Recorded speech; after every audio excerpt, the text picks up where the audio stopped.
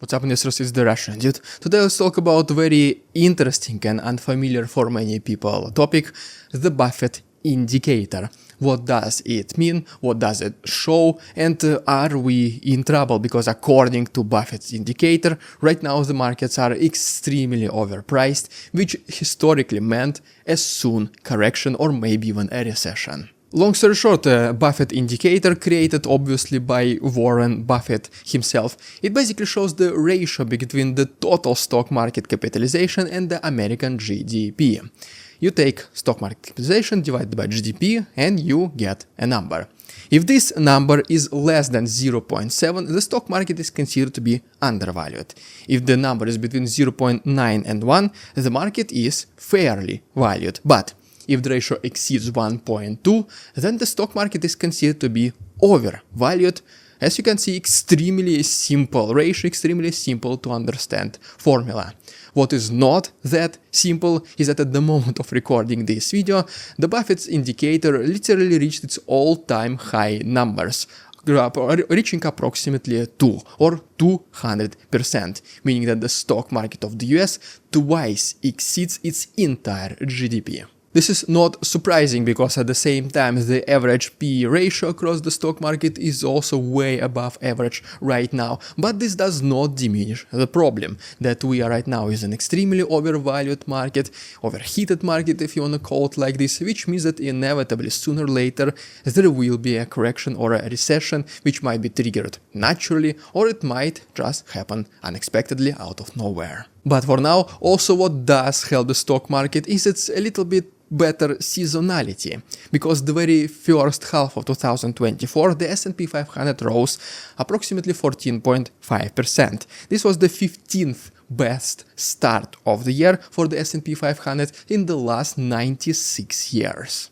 But if we subtract the Magnificent 7 performance, specifically the performance of Nvidia before it got corrected, the performance of the S&P 500 in the very same first half year is only a mere 6%, less than twice from 14.5% originally reported. And you also obviously heard about that right now the top 10 stocks of the S&P 500 index, they approximately represent 75 to 80% of the entire index, which is the second largest percentage in history, only behind 2007 numbers. And what I'm basically all trying to say here is that yes, the stock market is overvalued, both in terms of the Buffett indicator and its average PE ratio.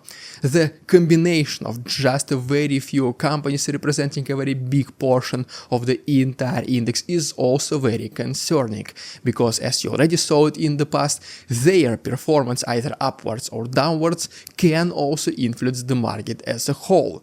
These 10 companies can be going up while the rest 490 are going down, which basically means that the market will be more or less staying at the very same levels. But whenever the top 10 companies go down, including the other 490 companies following their trail exactly in their footsteps, this is when we might have a very big problem. You also remember we spoke countless times about the US national debt problem, the upcoming elections, the second part of the year being not so good in terms of performance until Christmas rally, which also once again matches perfectly with the presidential elections timeline, and just in general the Fed pivot when they already decreased rates by 0.5% and there's another potential rate cut of same 0.5% coming in November, which kind of shows us maybe the financial system of the US is experiencing some internal problems which we, guys, investors, we don't know yet about. Because otherwise, why would Feds start cutting the rates so fast and so radical?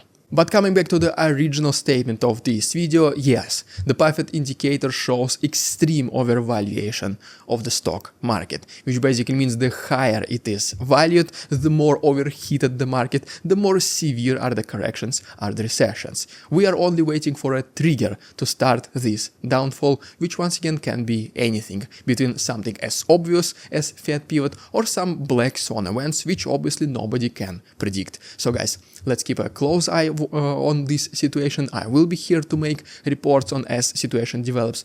If you don't want to miss these videos, please like this video, subscribe to my channel. Thanks so much for watching. See you tomorrow.